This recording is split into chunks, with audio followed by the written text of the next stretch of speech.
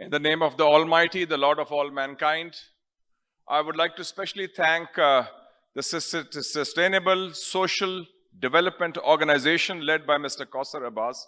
He's a dynamic young man with fire in his belly and he's issue-oriented, and I compliment him on a very successful conference in cooperation with the American Embassy in Islamabad. Teresa, you are here representing the embassy, as well as the Pakistan-US Alumni Network, of which I'm also a member because I went to the Georgetown University School of Foreign Service, and I spent 4 great years in Washington, D.C., the nation's capital. So it's a pleasure to be here, and I think this has been a very important conference of police, practitioners, policymakers, journalists, civil society. I think only the judges and the generals are missing. So otherwise, almost everybody's here.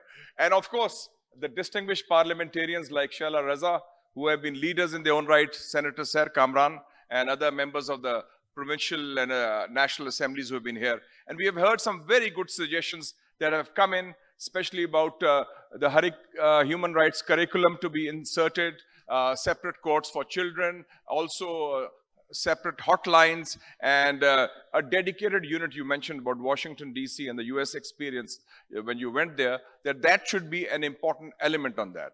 I would like to assure you that in the Pakistan Parliament also, we in the Senate have been focusing on issues, and I mentioned we had Senator Sir Kamran is here on the Civic Education Act.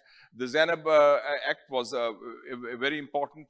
We initiated it. And also on transgender. When the issue of transgender came, I took it up in the Pakistan Senate, and then we had a committee on marginalized communities, which led to the legislation, which is landmark by any standard, especially in a Muslim country, on the rights of transgender.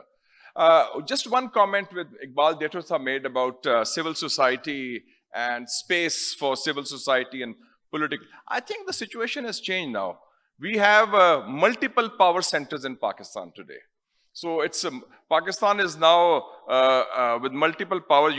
In the previous past, you had only the military establishment or the political establishment. Now we have the parliament, the civil society, the media, other actives. In fact, some foreign journalists came to me last week and said, "Tell me who's running Pakistan, who's in charge?" I said, "Nobody." And I think that's a good thing. Let 100 flowers bloom. So you have opportunities to take your cases forward. And I think that this is an issue like climate change, like terrorism, the issue of human trafficking.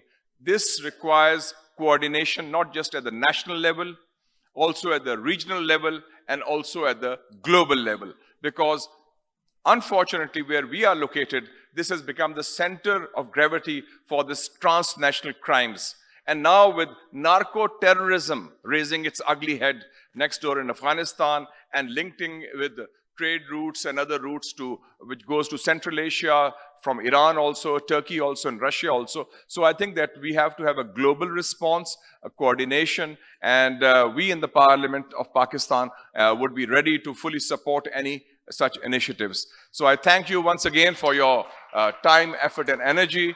And those of you who have come from Sindh, just a little advertisement. Next week, I'm in Sindh for the Sindh Literature Festival on 4th of March. So please come and listen to my speeches when I went as a journalist to Sindh during the days of General Zia's martial law. You'll enjoy it. Thank you so much.